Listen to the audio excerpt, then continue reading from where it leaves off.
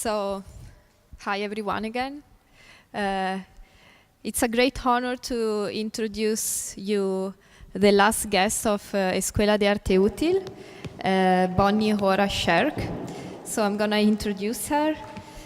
Bonnie Hora Sherk has been planning, designing, and building place-based, content-rich, ecological, and multicultural learning landscapes with integrated community programs, hands-on, interdisciplinary curricula, and green skills job training for our youth and adults in San Francisco, New York City, and other cities nationally and internationally for over 40 years. She's a professional artist whose legendary early performances, installations, and work with live animals brought nature to the city in unexpected ways, beginning in the early 70s. Her work today offers practical processes and imaginative solutions resulting in ecological land use planning, landscape architecture, participatory design with multiple systemically linked, interactive community and school programs, which also function as community and economic development for the area, resulting in transformation of the community. Each is called a life frame or a living library. She founded and directs Lifeframe Inc., the non-profit sponsor of a living library with branches in diverse communities. As named, the Lifeframe literally frames and incorporates life and local resources so we can see, understand, learn from, appreciate, and experience more profoundly our community, our world, each other, and ourselves. The Lifeframe as a living library is cultivating the human and ecological garden. Bonnie Hora Sherk has a range of experience developing large master plans, reconnecting multiple communities and resources, such as underground creeks and watersheds, to creative plans for individual civic centers, parks, schoolyards, public housing. Each pragmatic, unique ecological design solution incorporates sustainability, creative ideas based on the site and situation, and meaningful opportunities for children, youth, and adults to participate in multiple processes of planning, design, and transformation. She calls her work functional art and systemic ecological design. An early and pioneering Lifeframe, founded, directed, and collaboratively designed by Mrs. Sherk, beginning in 1974, was called Crossroads Community, the Farm, which is in the archive, by the way, in the crossroads of 4 communities and 3 hidden creeks. The farm leads the transformation of 7 acres of derelict land fragments, including a major freeway interchange, into a vital and bucolic environmental and agricultural community, education, and art center, replete with agroecology gardens, farm animals, multi-arts programs, and a new city park. This award-winning pioneering work has helped to inspire current interest in urban agriculture locally, nationally, internationally, and has been exhibited in art museums and galleries worldwide.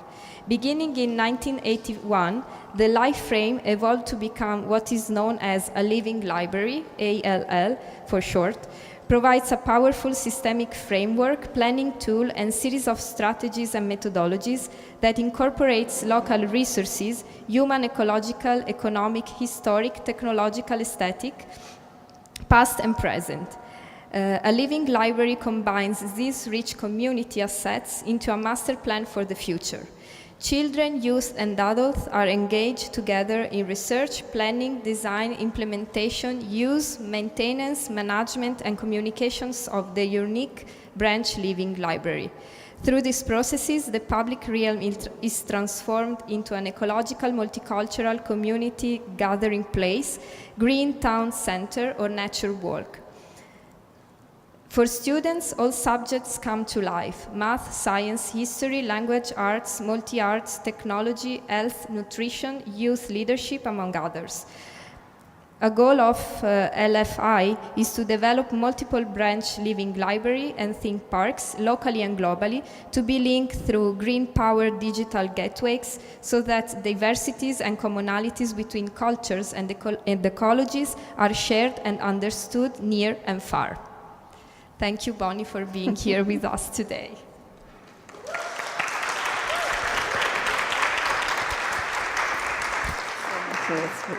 Well, thank you for Tania for inviting me to be part of ESCUELA. And I'm actually going to begin by showing a short video that is currently on the website of the Venice Biennale website. And that's a good introduction.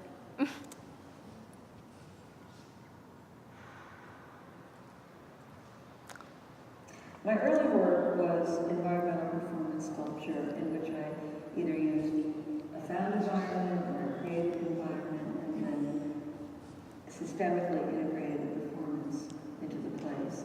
Because I realized that everything happens in a place, and when we do that systemically, work with the place and what goes on in the place, then we're creating whole experiences. I also thought of this early work as life frame or life frames. Initially as in Portable Park 1, as a still life. And then the life frame became more participatory as in Portable Parks 2 and 3, and people became involved in participating in these performance installations. And then later with the farm, which was even more participatory and involved transforming many places, I also thought that the ultimate performance was being a total human being. And so that's the performance that I worked on at the farm, and it's one that I'm still working on today.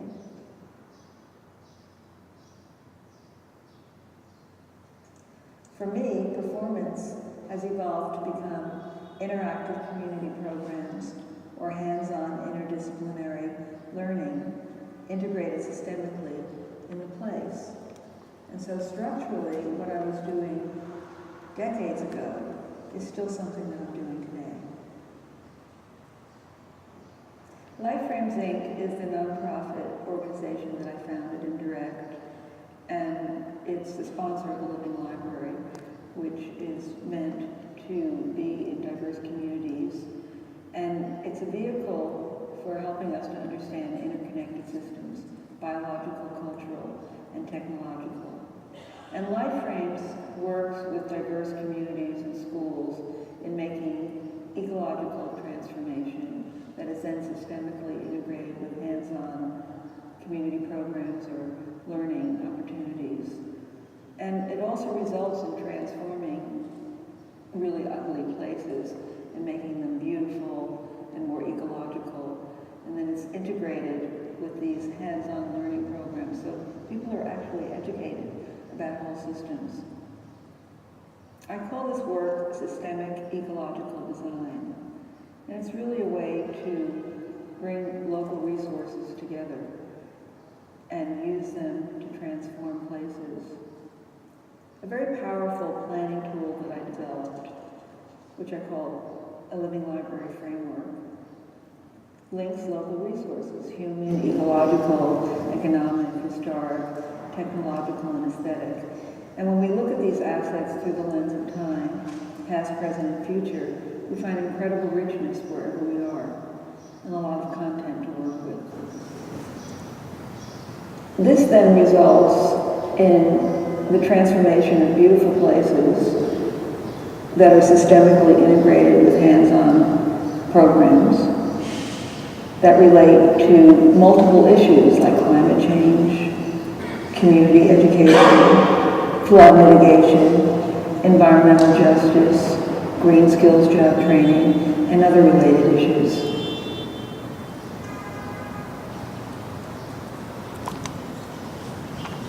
What I really want to do is create branch living library and think parks in diverse communities, locally and globally, and link them so we can really begin to connect with each other and understand how we're all interconnected and how our different cultures and ecologies relate to each other, even though they may be very different.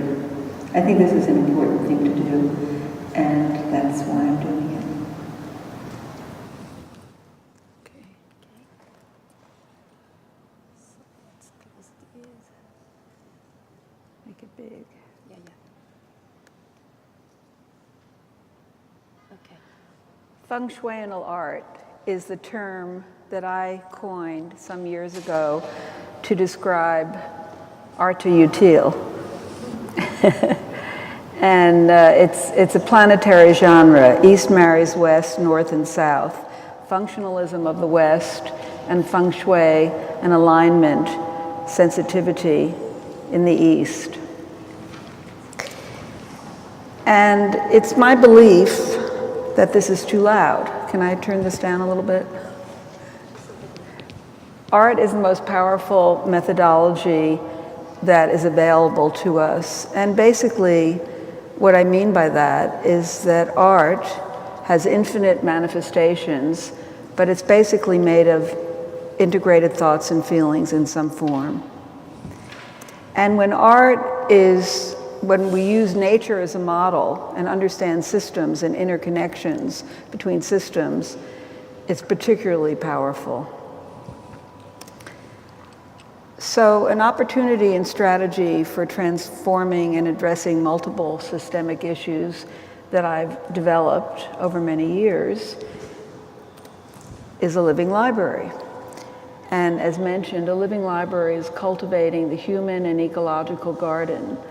We're creating places and then systemically integrating programs within them.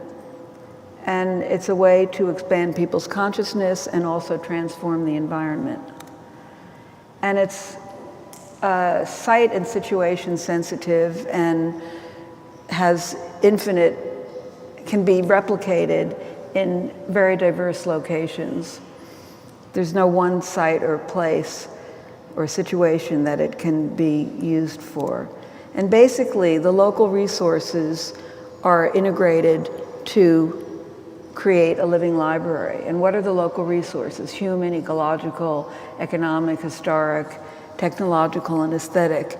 And when we look at those resources or assets through the lens of time, past, present, and future, no matter where we are, there's incredible richness that emerges. So it's a very powerful way to understand where we are and who we are and what we have to work with.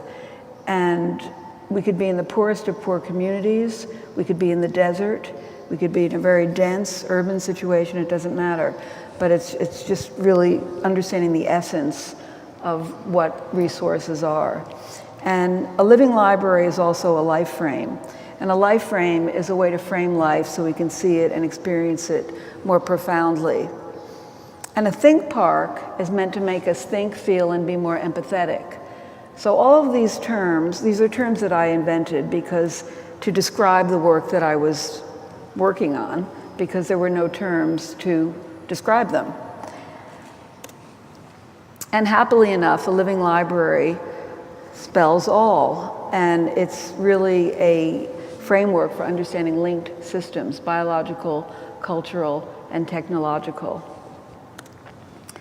And in this image, the roots of the tree of knowledge are really the resources in the local community.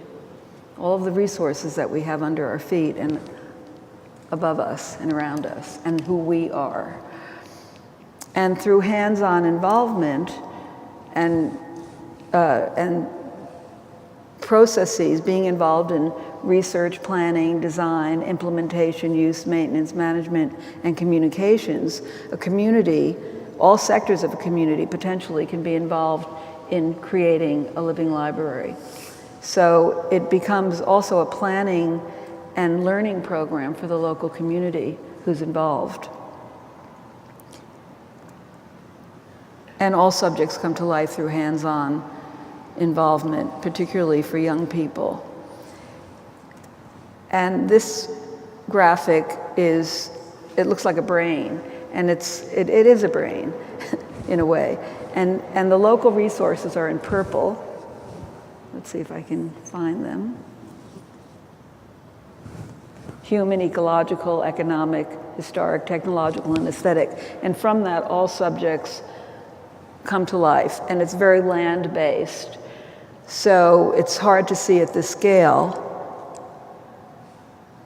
but it really describes genres from all over the world.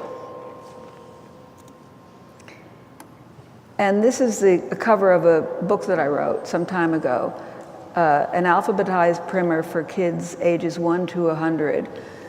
What in the world is a living library? And it really shows the metaphor of a living library, which is everyone and everything on Earth and in space is part of a living library of diversity. People, birds, trees, air, water, and all of the things that we create, such as parks and gardens and schools and curricula and artworks and networks and communities and celebrations. So it's a way to understand that culture and technology are part of nature, which is a very important idea, because most people don't realize that. We think of ourselves as being separate from nature, but it's all nature. That's not to say that everything is the same, but everything is in fact interconnected. So the big idea is to create branch living library and think parks, each of which is unique because each place is unique and each community is unique, and to then link them through green-powered digital gateways and other communications technologies, so we can begin to share commonalities and diversities locally and at a distance. So this graphic, this drawing shows 2 interactive locales, somewhere in Asia on the left. This doesn't seem to be working. Somewhere on the right, maybe it's Northern California, maybe it's Denmark. And the procession is showing up in this digital display on the right, procession on the left. And in the upper right-hand corner, you see a performance of people, and it's showing up here in this video computer parasol. And this little girl in the middle is either inputting or accessing her multimedia archives in the video computer hedgerow. And these people are gardening, and it's showing up in this tree. So communications technologies are integrated into the landscape. And again, the goal is to create a network of these places that, so that we can begin to understand a metastructure of commonalities and diversities. And we also want to do one in outer space surrounding the planet. So this drawing collage is a green-powered digital gateways, which is powered by wind and sun, and showcases through digital displays the local resources of the community. And it also, you see a lot of solar panels there, and it also it's a multifunctional sculptural element in the landscape. It can also draw water forth as needed, and it can also allow for live interactive broadcast between places. So I'm going to show you a few examples of this work that's in the ground. This is, all of what I'm going to show you is actually in San Francisco. This is the All My Excelsior Living Library and Think Park that's been underway since the mid-90s. And there's an L-shaped piece of land. This is Highway 280 between Ocean and Geneva Avenue. The L-shaped piece of land is a school district property. And it's the home of 2 high schools, a middle school, and an early education school. And through the process of really understanding the local resources of this community, this is a map that is from 1913-15, and you see part of the L. And if you look very closely, it says vegetable gardens, and these are all nurseries. So before the schools were there, agriculture was on the site, and this does not show up here. And this blue is water. And this next slide is a map from 1907, the Sanborn map.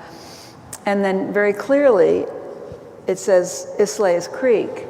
Now, when I discovered this, it just really blew my mind, because the Islais Creek also runs right under where the farm was. So I found myself decades later working in the same watershed. So that was really fascinating and fabulous. So here's the L, and there's also a lake here. There was a lake here. So this is the middle school, James Denman Middle School. And when I I was invited to be there by the principal of that middle school, who said, we've heard about a living library, why don't you come and create one here? And this place was the most depressing place that I'd ever been when I first got there. It was so sterile, so severe. It was like, it's a typical factory model school from the 1930s, where, you know, the idea is you're going to take people's heads off and pour knowledge in. You know, it's a very traditional school, and it looked awful, and acres of concrete and asphalt. And so finally we got some funding to develop a planning process. And so the planning process, the one that I related to you, of looking at all the resources. So we went through this for about a year, actually, or many months. And the students were part of it from the different schools, and the people in front were from the water department, and there were a lot of teachers, a lot of parents, a lot of different people. This is a student steering committee. And they learned about the creek system that was there, and all of the different educational resources, all the resources. And so this is the site originally, and as a pilot, we created a California Native Learning Zone along the street, Oneida Street, and started this garden between the middle school and the early education school. And this image, this slide shows the learning zones that are under the master plan. So riparian, as it relates to all the water, the creek goes right under here, under this high school, this Balboa High School, and it flooded this cafeteria and closed it for many years. And a lot of the people who live in the Cayuga Valley are having a lot of flooding. In fact, at the other end, downstream from this place, where Cayuga, and I'm going to show a slide of that, where Cayuga and Mission Street crossed at 280, there's incredible flooding. In fact, those people are suing the city. So there are real issues with the water. However, it's actually a very powerful resource. And the new gold is old, it's fresh water, and we ought to be using it differently. Anyway, so these are riparian zone. The light green is the sports and activities. The red is the multicultural learning zone. The yellow, the agricultural. The green, the native uplands, continuation of the native species. And then the technology linkages that bring it all together and link it to itself and beyond it.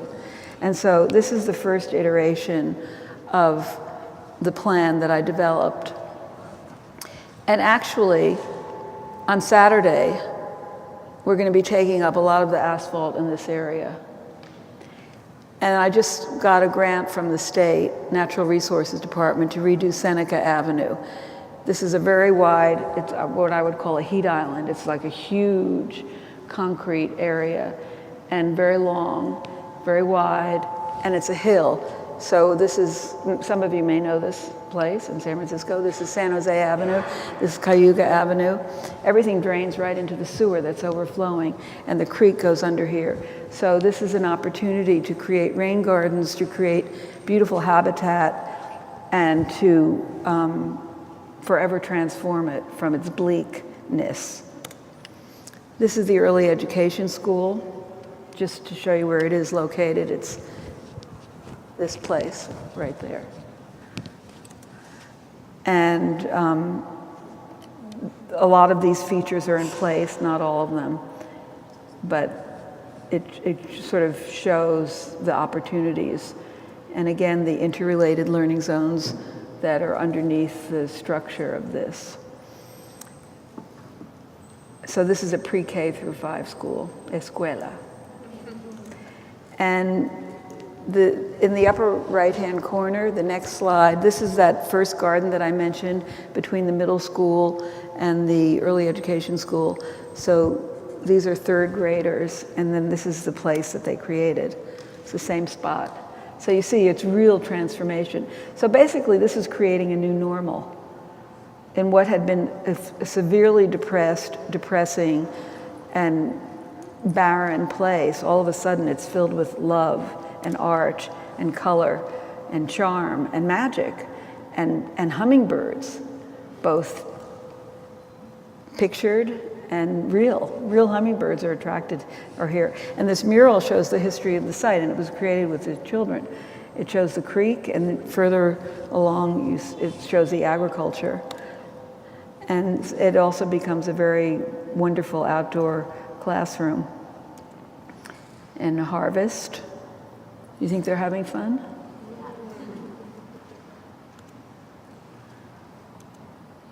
A lot of worms, a lot of compost. This is a very diverse community, which is great. I mean, diversity is great because it's rich. We are rich in our diversity. So learning practical things, how to make soil, what's in soil, you know, how can we make soil? We make soil. And within the soil are a lot of other species of life, a lot of microorganisms. And then the documentation of everything, which then gets translated into multimedia digital archives, and the maintenance, the ongoing maintenance. And you see what was formerly a very barren place is no longer that way at all. And green skills training for the adults. And this shows the street, Oneida Street before and during. Before and during, and after. These are all California natives, so it's voila, no longer depressing, no longer barren, no longer sterile, but full of life and color, and it's fabulous. So this is the students taking away the non-native ice plants from the hillside and replacing them with California native species. And these are students who are creating artworks as labels for the native trees, very beautifully polychromed. And these are little before and after pictures I'm going to show you. This is the early education school. The lower garden, you see the top of the mural, the sky there. So that's the middle school, and then that's the early education school. And they're contiguous properties. So this is my favorite thing to do. Get rid of that bad stuff. And everybody gets to be involved. And recycled concrete. And these tiles were made by the children. So here's a little girl doing a drawing on a bisque tile with a glazed pencil. And then she glazes it. And then it gets baked. And then the students create these mosaic tile pavers, which are then ADA accessible in the pathway. And this is another area. This is the Redwood Reading Circle before. And then it's transformed. And now it's grown up quite a bit since this picture was taken. And this is another, look into that schoolyard. It's pretty dismal, but not anymore. And these are the natives that were planted all around the periphery of the campus. And you see who the planters are. So it's talk, think, feel, and do with a lot of emphasis on the doing part of doing. So this is Bernal Heights. This is a living library that I've been working on since 2002. And we had a planning process. And the students were involved, and they learned about their community, and the neighbors came in too. This woman in front on the right lived across the street in the public housing, and the woman in the back with the glasses lived in another public housing, Alamany dwellings, down the hill. And this gentleman is from the Bernal Heights Neighborhood Association. And you see the documentation. And so that over time, through a program of learning and studying, and then the children become the teachers in the ESCUELA, of course, because they're the experts. And anyway, what we came up with through this process was this idea of creating a nature walk that would link this school, which is where that process took place, and this school, Junipero Serra Early Education School, Junipero Serra Elementary School, Holly Park, St. Mary's Park, Holly Courts Public Housing, Alamany Dwellings. The idea was to connect all of these places leading down to the currently hidden Islais Creek at the south side of St. Mary's Park, Alamany Farm, and Highway 280. Some of you may know this place. So this nature walk is in fact in place now. And this is some of our plant palette. I like to choose the most colorful species because a lot of people think if you're using natives, they're very kind of dreary, and they're not. So they're very colorful. And meanwhile, at the schools, those two schools, we have an ongoing hands-on learning program with the children.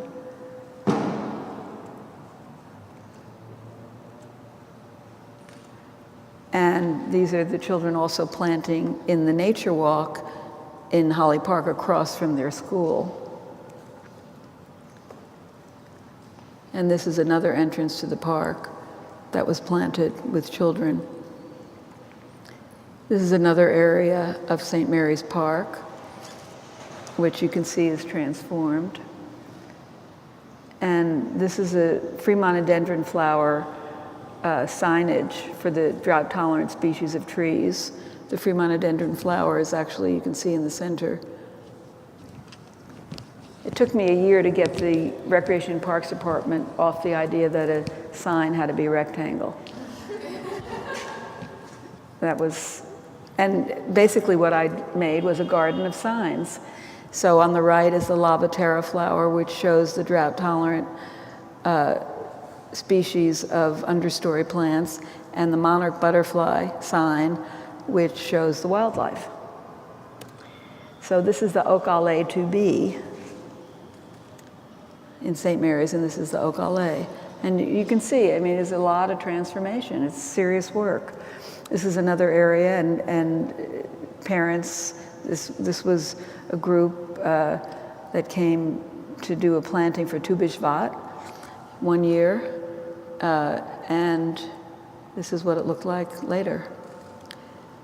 And this is another redwood circle that I put in. This is the area which you can see is there's not much happening there.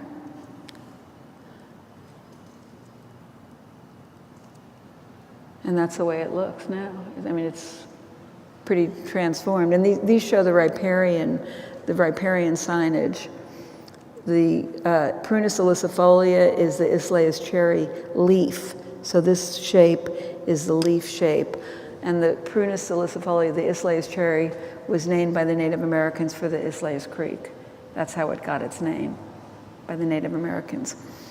And this is John Miller, who I work with very closely from RPD, Recreation and Parks Department.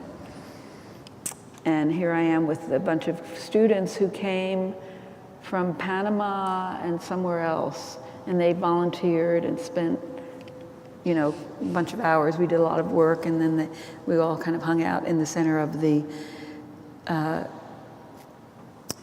Redwood Circle.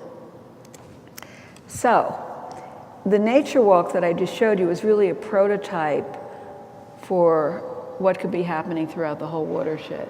Now, does anybody here, or do people here know what a watershed is? Don't feel bad if you don't, because it's not common knowledge in cities. But is there anybody here who could share what a watershed is? Anybody know? One person, okay. Can you tell us?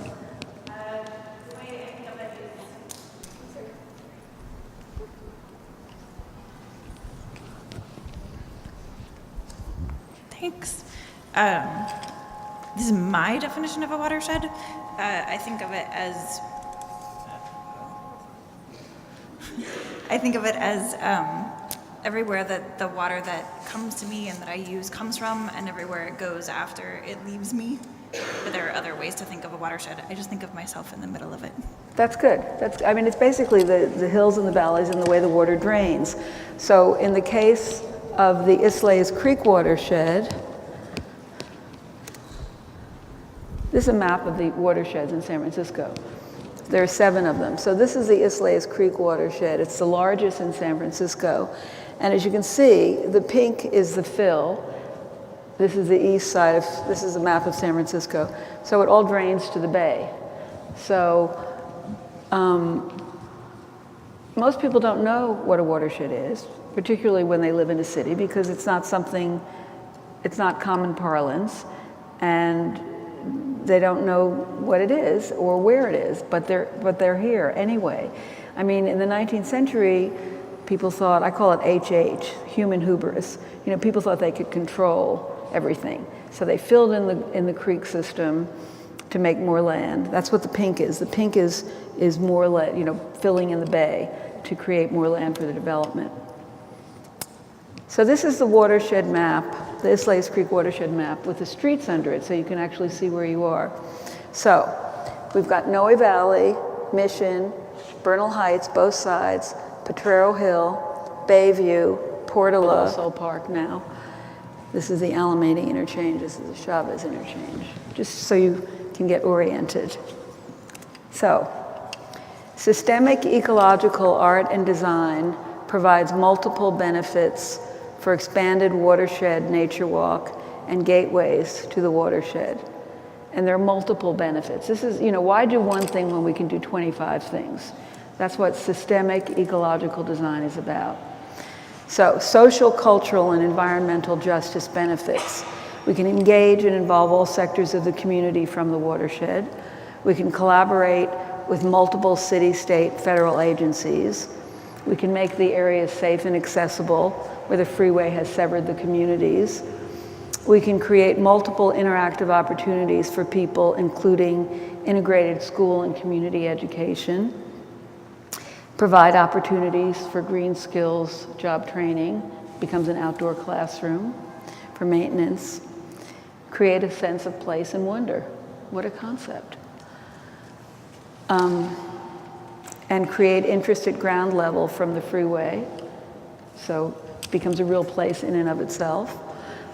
And showcase the local resources through the multifunctional sculptural green power digital gateways that I mentioned. And what are the ecological benefits? Mitigating flooding along the freeway corridors and the interchanges and in the neighborhoods where there is a lot of flooding. Combat climate change through ponding, bioswales, and creek daylighting. And create resilient as it relates to climate change, either drought tolerant or riparian landscapes to link the communities. And of course, reattract wildlife by creating habitat and beauty and pollination opportunities. And there are multiple funding opportunities to create this work from a variety of sources, governmental and private. So this is the Alameda Freeway interchange. There's a lot of open space, as you can see. There's a lot of dead space, a lot of flooding. This is the area that I mentioned. This is Mission Street. This is Highway 280. And this is the end of Cayuga Avenue. And there's a lot of flooding here. I mean, you've probably seen it on the news. People are very upset. But what I'm seeing is that there's all of this Caltrans property behind there that could become a confluence community, Islais Creek Watershed Confluence Community Park, so that we can actually, instead of it just being a negative situation, I mean, it's like, how do you turn it into a positive and use the resources more appropriately, frankly. So there is open space there. I've walked it many times. And something could be done there that would help to keep the flooding from happening.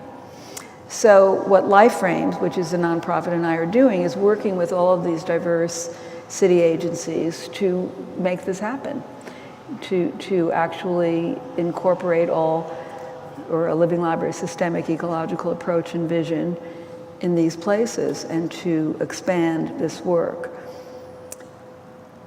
So now what I'm going to show you, this is, I did a presentation for Caltrans, which is the state agency that is in charge of the freeways.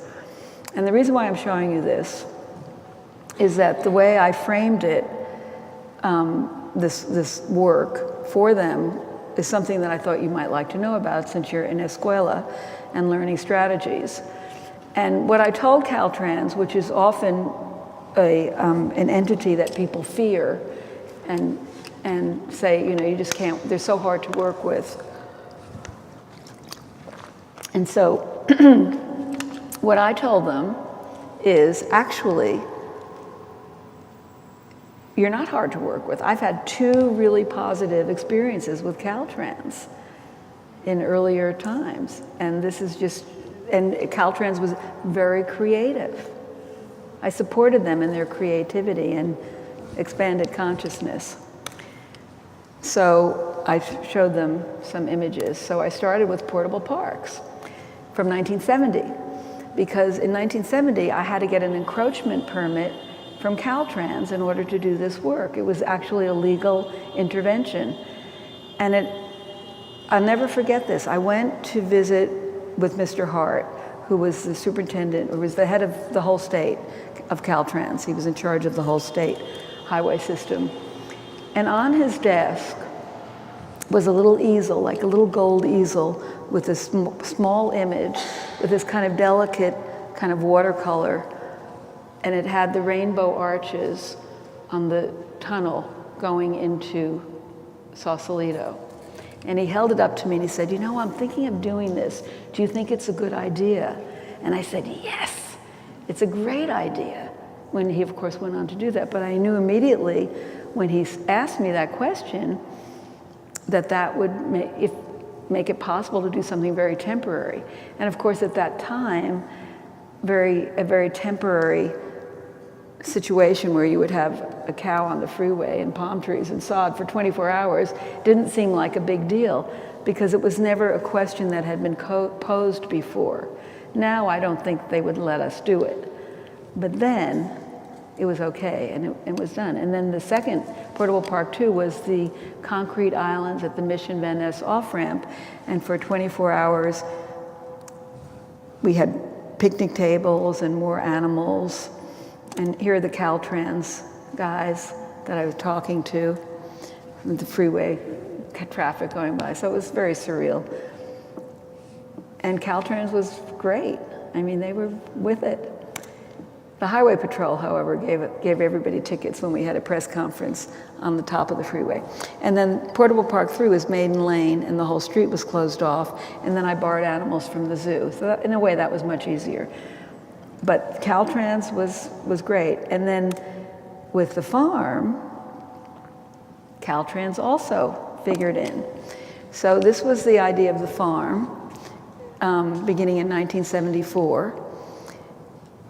Center of the freeway, state right-of-way, cluster of buildings, and 2 privately held open spaces. So the idea was to bring all of these land fragments together and to bring the people from the communities of Mission, Bernal, Potrero, and Bayview together where the freeway had severed them, and to also bring them together not only with each other, but with plants and animals. So that was just like the idea of the farm. But the state, this was Caltrans property. So again, I went to the state, and they were great. And we got access to that land. And it's still state property, and it's still there. So here's a before and after of the farm, of what became Potrero del Sol Park. It's now called Potrero del Sol Park. So this was a Recreation and Parks Department project. It was actually Trust for Public Lands' first inner-city project. I went to them in 1975 and got them involved. At that time, they were really lawyers, basically lawyers who were able to, whose work was to access open space land for public use. Now they do other things. Now they do all sorts of things. But this was the original drawing for the farm, which showed how, you know, all of these different activities could be integrated into the landscape. And this is a side elevation drawing that showed the rolling hills. And you'll notice that Potrero del Sol Park has rolling hills. How many of you know that park? Okay. Well, what I had envisioned in the 70s, and you see this blue, this is all the ponds with windmills that could be created because of all the water that's there. But what the city did in its wisdom, spelled W-I-Z-D-U-M-B, they put in a fake pond right here using Hetch Hetchy water. That's water that comes from Yosemite, you know, not the groundwater. And that's now the skateboard rink, because of course the park didn't work because it wasn't activated. And the whole point of what I was trying to do way back when was to say, okay, we have a nonprofit organization, we're doing all of these community programs. The idea is to integrate the community into this landscape and have ongoing programs, and we will help maintain this park and activate it. But that's not what happened, because in 1980, late 70s, 1980, the Parks Department was like really uptight. Once they owned the land, it was their land. And they, you know, the idea of the public-private partnership was very new. Now it's common because we all understand that we have to join forces to make things work. That's what we do. But at that time, it was so new that they were very defensive and fearful of somebody on their land. And in fact, they put up a gate between the farm and the open space. I mean, it was stupid. Anyway, one of the scenes from 1976 from the farm next to the freeway. And of course, the farm and the freeway I saw as a diptych, the relationship of the farm as this non-mechanized form of nature in relationship to this technological monolith of the freeway. And this is the first garden on state land. And again, the state landscape architects were fabulous, and we were going to have a state preschool. So they said, okay, you can use this land, but we have to put up a fence here so that people will be safe, which made sense. And so they said, well, we're going to put up a chain link fence. And I said, no, let's not do that. Let's do something nicer. So what we came up with at the time was redwood with mesh, and it's still there, and it's very strong, and it's a lot nicer than chain link. And then, because of the preschool, this is the same garden some years later, they said, we have to have a fence. So I said, well, can we put up a picket fence? So the state put up the picket fence. So I was very happy. They were terrific to work with. So that's what I remind them today, that they're very creative and easy to work with. So these are some images from that time. And this is the Raw Egg Animal Theater, the initial spelled treat. It was a very fabulous learning environment for children and others. And the point of this was not to be raising animals to eat, but to understand the native intelligences of these different species. And so that's what we did. So this is a view from the farmhouse kitchen toward the center of the freeway. And I had benches from Mexico in the middle of the freeway. There's one of them, and also in the lower garden. And then these are the gardens that were in the center of the freeway in the 70s. Oh, and here are those benches. And this is a brass quintet from the San Francisco Symphony with a celebration and humor of the freeway gardens and the Cityscapes exhibition at the Fine Arts Museums. And we had a celebration of champagne and sonata, and people drank champagne, and this is all in the middle of the freeway. And this is what it looks like today. How many of you know this place? It's really derelict. It's horrible. It's really horrible. So it doesn't have to be this way. It can become this northern gateway to the watershed, which it is, and be transformed. So this image, I'm showing you this because this is how it started. This is 1970. This is Sitting Still 1. And this was an area of garbage and water that had been collected because they were doing construction. I was facing the construction of this freeway interchange that I just showed you. This is 1970. So at the time, I was exploring the nature of what a performance could be and who an audience could be and where a performance could be. So I came upon this and I saw this, and I immediately went home and put on an evening gown and called my friend and said, please come and photograph this in a particular way. So I was facing the people in the cars moving very slowly. They were the audience because of the construction. But what I didn't know, this is what I thought is, I'm just demonstrating how a seated human figure can transform the environment very simply. And then I went on to do a series of sitting still pieces in different neighborhoods. I took a chair with me, an armchair, not that one. This was huge and waterlogged, but I took an armchair to 20th and Mission, to Church and Market, to the financial district, the original Occupy, California Montgomery, and then Bank of America Plaza, and then also to the Golden Gate Bridge and various indoor-outdoor cages at the San Francisco Zoo. But what I didn't know at this time is that I was facing what would become the farm, literally. I was facing the northern frame of the Islais Creek watershed that, as you can tell, I'm very involved with. I was facing the freeway interchange that I'm now proposing to become the northern gateway to the watershed. And I was sitting in water from the Islais Creek. So this is a very profound piece. I call this my watershed piece. You know, this has to do with the spiritual dimension of art and the power of water and the power of art. When you're really in your alignment, it's not something that I thought I was doing. I had no clue until decades later. So I tell you this because, as I said earlier, art is the most powerful transformational methodology that we have available to us as human critters. So this is where I was sitting.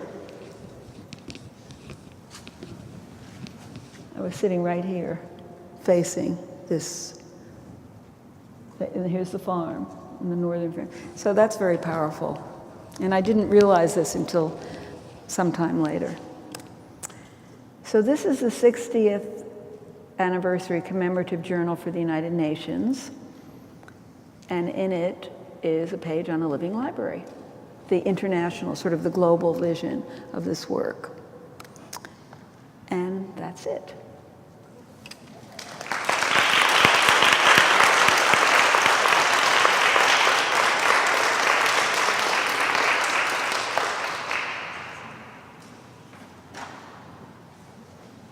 So if there are questions, there are some questions. Back. Hi there. I found this really interesting because I'm a local resident in Bernal, and so a lot of what you were talking about was in my neighborhood. Oh. And I just wonder, you referenced it at the very end about the homeless people, what it looks like now, and I'm wondering if you have had the opportunity to involve the homeless people in any of your projects, to look at their environment and their condition and maybe find ways to help them to learn. Absolutely. I mean, I have not enough because I'm not doing that enough. But obviously, it's not just about displacing people. You know, that's not the point. But the point is to I mean, that's a very complex question. I mean, the city is trying to figure it out for sure, and they haven't done a very good job of it. But you know, people need to have places to live, but they don't need to be living in the center of a freeway interchange. I mean, I think it's time for us to reclaim this and also to figure out how, you know, they can be involved in a different, you know, they could also be involved in helping to maintain it, to plant it, that sort of thing, and to enjoy it. I was thinking about skill building. The green skills. Like you're doing with the kids, helping them to learn, Yeah. you know, how to contribute to the environment in a way which could actually help them to improve their situation. They might be candidates for some of the green skills training. I mean, that's a possibility. I mean, some of them may not be. I mean, that's not something that everybody wants to do. But it's not. I mean, it's not that we want to be negative with people, but we have to find better solutions. And I mean, basically, the reason that it's become the place that it is. I mean, I happen to understand why, and it's because it's not an activated place. Also, Department of Public Works they kept putting up fences to keep people out. Well, that immediately wants, people to come in. So, but it's very complicated, and it's a mess.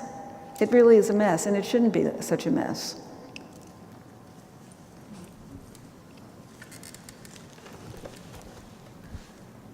Anybody else? Oh, one thing I'd like to say, I'd like to make an announcement. I am looking for garden ecology arts teachers to work in the schools program. I don't know if there's anyone here that might be interested, or if you might know people.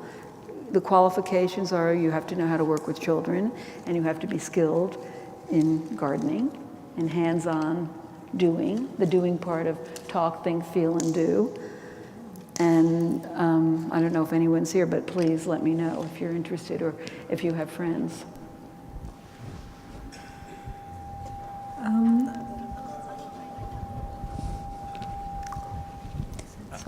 Maybe I didn't hear it correctly, but you were talking about when you went from being a performer to like engaging in more participatory activity, but you kept referring to it as performance, as opposed to like maybe the politicization of your art practice or something like that. Can you just go back over that and like describe what happened to you that made it so that you went from being like a kind of staging performer to like what we would think of as an activist? Well, I mean, in my early work, I was exploring what a performance could be and who and where it could be and that sort of thing.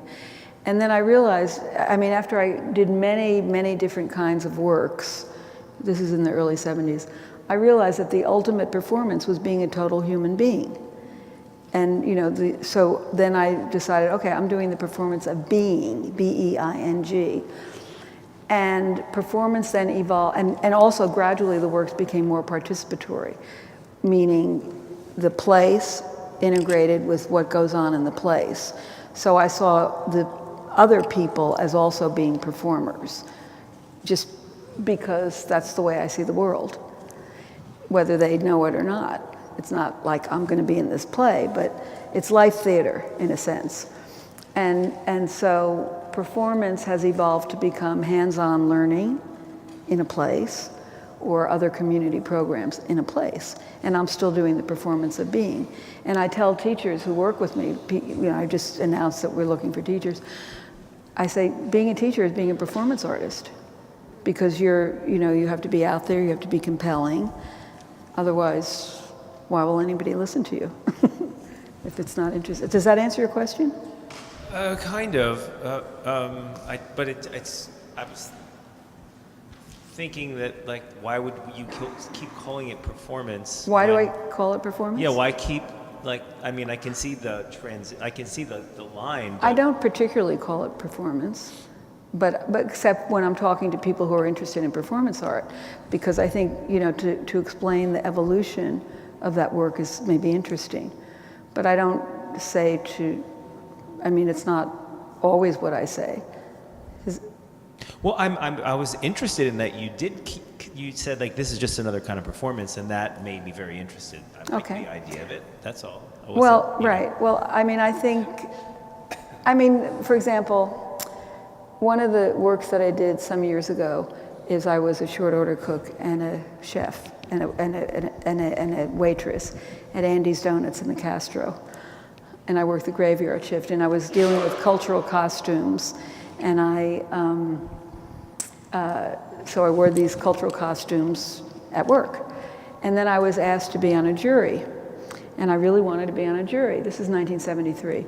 And I thought, well, if I say I'm an artist, they're probably not going to want me, they might not want me to be on the jury. So I didn't. I said I was a waitress.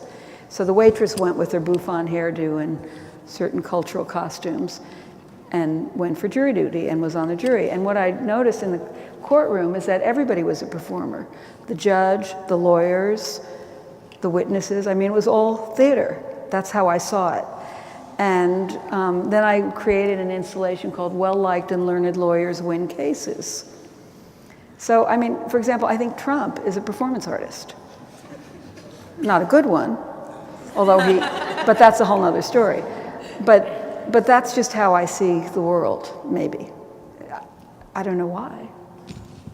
But it's our human activity. And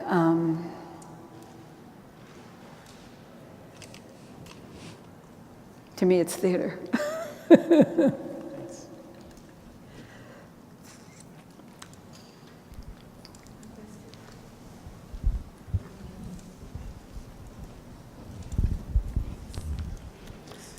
Can you speak a little bit about how you hand off a project to the people that maintain it and what that's like, and just how you transfer some of the vision and the ideas, and then really how these things keep going maybe as you step away? Well, I'm still involved, so I haven't stepped away yet. So, and that is a challenge. It's a really good question and good challenge. And so that's kind of a process of becoming, I would say. But it's a goal to, I mean, for example, with the schools programs, I have people who are handling that now, and they're doing a great job. And I'm not there all the time. So, you know, I wish we had more money to pay them more and that sort of thing. But the idea is to have it become more sustainable.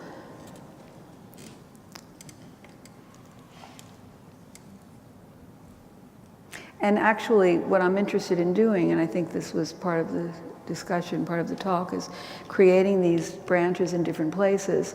And one idea is to work with universities in different communities and then have the students and sort of teach a class like an ESCUELA, a living library ESCUELA or something, and then have the students from different disciplines, not just the arts, but the sciences and technology and other fields, you know, participating as part of their work as being a student to help it to grow in that community.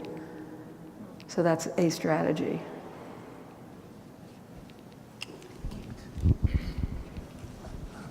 So in the Bernal Heights project that you were showing us, how did that fall apart? How did it end? It's still going on. Oh, it is? You mean the nature walk? Well, no, you showed us that now, you know, where you had the farm, it is now it's underneath the highway there are tents and homeless people on the chain fence. Wasn't that part of what was the original idea of the... What I'm proposing is that freeway interchange become a northern gateway to the watershed. So is that an addition that wasn't originally thought of when you... I'm trying to get an idea of well, let where me show you that this photograph... again. Yeah. I'm going to go back and show you this. So this is the Nature Walk prototype that was begun in 2002. And that is fabulous. You should go see it. There's a lot of signage in place and a lot of transformation has happened. So now the goal, we're going to be expanding it here upstream with this 2 big projects that I'm working on here, and plus we have the schools programs. Meanwhile, I'm you know, talking to the various entities about this. So this is something that's sort of an ongoing opportunity. But you can't do everything all at once anyway. So what is your question? Well, I was just looking at that photograph of the underpass with the chain link fence. And right, that's the way it looks today. But you've never been in that area. You've never. No, I was in that in the 70s. I had gardens. That's what I'm saying. So Why did that happen? How did it end? Okay. How was it like? Okay. How did it get to where you had it really doing? Okay. The work that you did and it now. Okay. Well, I left the farm at the end of 1980, and I went on to start a living library. And the people who were left at the farm continued for a few years. The city, as I mentioned, was not interested in having this interactive park. They didn't really understand the public-private partnership, which is the model that I was proposing, basically. And so I felt at that time that I had done as much as I could do, and so I left. And so this is in the 80s. Then there was the Potrero del Sol Park went in, beginning in 1980. And some years later, the current head of the Department of Public Works, Mohammed Nuru, set up something called SLUG, San Francisco League of Urban Gardeners. And their first project, their first farming community gardens project, was in the farm area. This is the guy who's now head of Public Works. Then he went on to work for Public Works. And what that department did is they are the ones that put up the fences. This was like probably in the late 80s, 90s. And it's gotten worse and worse and worse. And of course, the homeless problem has gotten worse and worse, you know. So what I was trying to do in the 70s was demonstrate and push the city to understand that in order to keep places safe and accessible, you need to activate them. And that's still true. That is like a really obvious thing. At least it was obvious to me. Now it's becoming more obvious to the city that that's true. So actually the planning department did a study on that freeway interchange and became very interested in my ideas, you know, ideas that I had developed in the 70s to include in their study that was done in the early 2000s, maybe 2010 or 2009. So,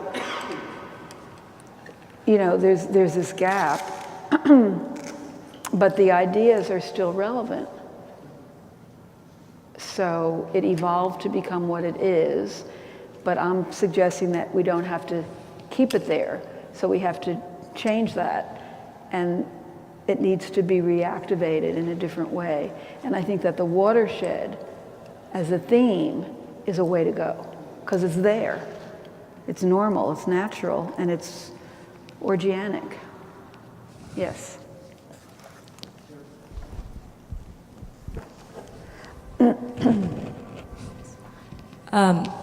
Thanks for coming to share your project with us. I am wondering, I guess the way I'm perceiving your, like,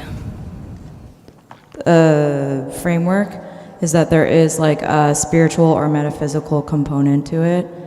And I'm wondering, can you illuminate how, like, when was the moment where you came up with this idea of a living library, or a life frame, or, you know, like, what experiences informed this moment where you're like, oh, I'm going to do that, and I'm going to connect all these things? Yeah, that's a good question. Well, it's a fabulous story about how a living library came to me. It was an epiphany. Sort of seeing the farm was an epiphany also. It was like, you know how things come together and you just kind of, sparks go off and everything happens? So I have those kinds of experiences when I can see things like that.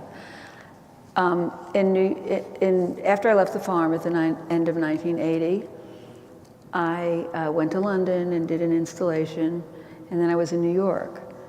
And then I found myself in Bryant Park in March of 1981. And Bryant Park, for those who may not know it, is a Beaux-Arts park built in 1934, right in the heart of New York City, 42nd and 5th Avenue, next to the main research branch of the New York Public Library. And so I spent time in this park. It was very Beaux-Arts. Do you know what Beaux-Arts is? Very kind of formal design based on the 17th century French formal garden. And but it was very seedy. It had the structure of this formal garden, but it was very neglected. And it was where all the drug dealers went, so it was called Needle Park. And so I spent time in this place, sort of feeling the energy of it, and just looking at the resources and, you know, seeing the library next to it. And I had this epiphany. Oh, well, I know what we can do. We can bring the inside of the library outside and create gardens based on the Dewey Decimal System that would fit very neatly around the periphery of this place. I mean, I could show you pictures of it. It's not in this.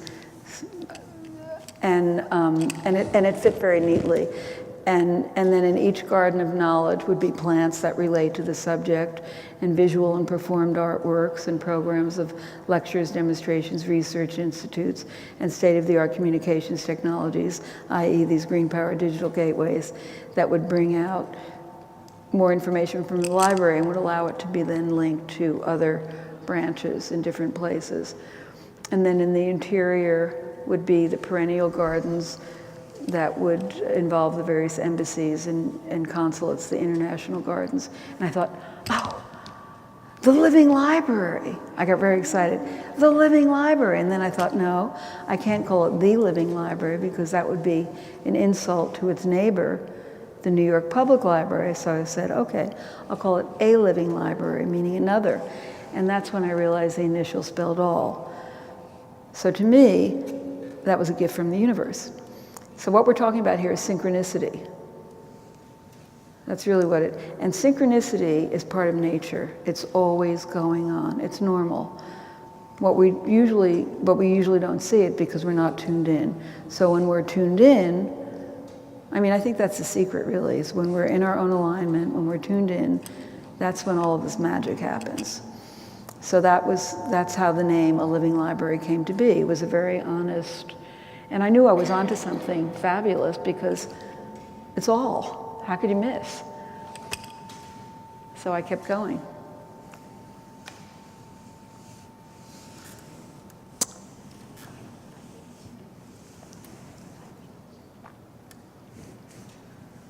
Any other questions? Tania, you must have something. Yeah. No, I just wanted, I mean, she asked the question I was going to ask, but I'm also interested in how you convince and how you navigate the complication and intricate system of government and private and public, and you gave us a little insight in your presentation, but what are the things you have to confront that maybe are not the nice art stuff that we're hearing today, and how you keep the energy over time, and how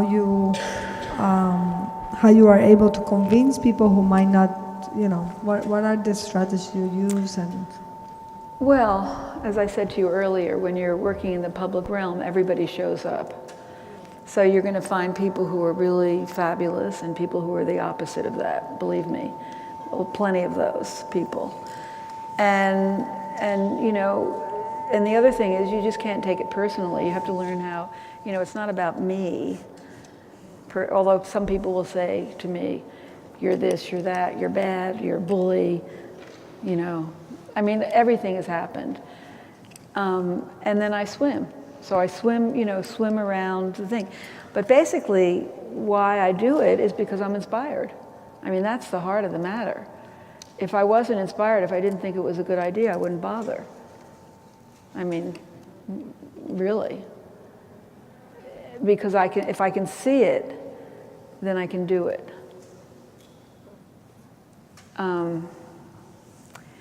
And, you know, and sometimes I think of what I do as experiential braille, you know, just kind of feeling my way. Because there's no roadmap, really, for this. And sometimes, you know, it doesn't work. I mean, you know, then there's another way. And then it's also, you know, you don't want to ask a question where somebody's going to say no. You know, it's better just not to ask the question or do some, you know, you don't want to be told no. That's bad. You know, so try and find a way to do something where you don't have to ask certain questions. I mean, really, I'm practical. You probably experienced that too. And you've been told no. In fact, you were locked out. But the other thing is that I am a very positive person. And so I think it's important to keep the energy positive and to really not think negative thoughts.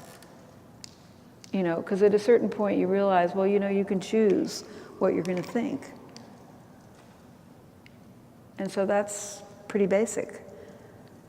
So you want to choose, if you can choose what you can think, choose something that makes you feel good. And if it really feels bad, then maybe you're not supposed to be doing it. I mean, that's the other thing. I think it's simple. You know, do things that make you feel good. And don't do things that make you feel bad. I mean, it's pretty simple in a way. And I think we get all hung up with a lot of stuff. So in some ways, I think I'm pretty simple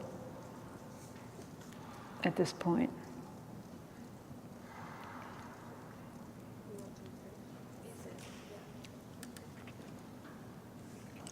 Okay, so it's 8 o'clock. I think we should have to close here. So thank you very much, Bonnie, for being here. It was amazing.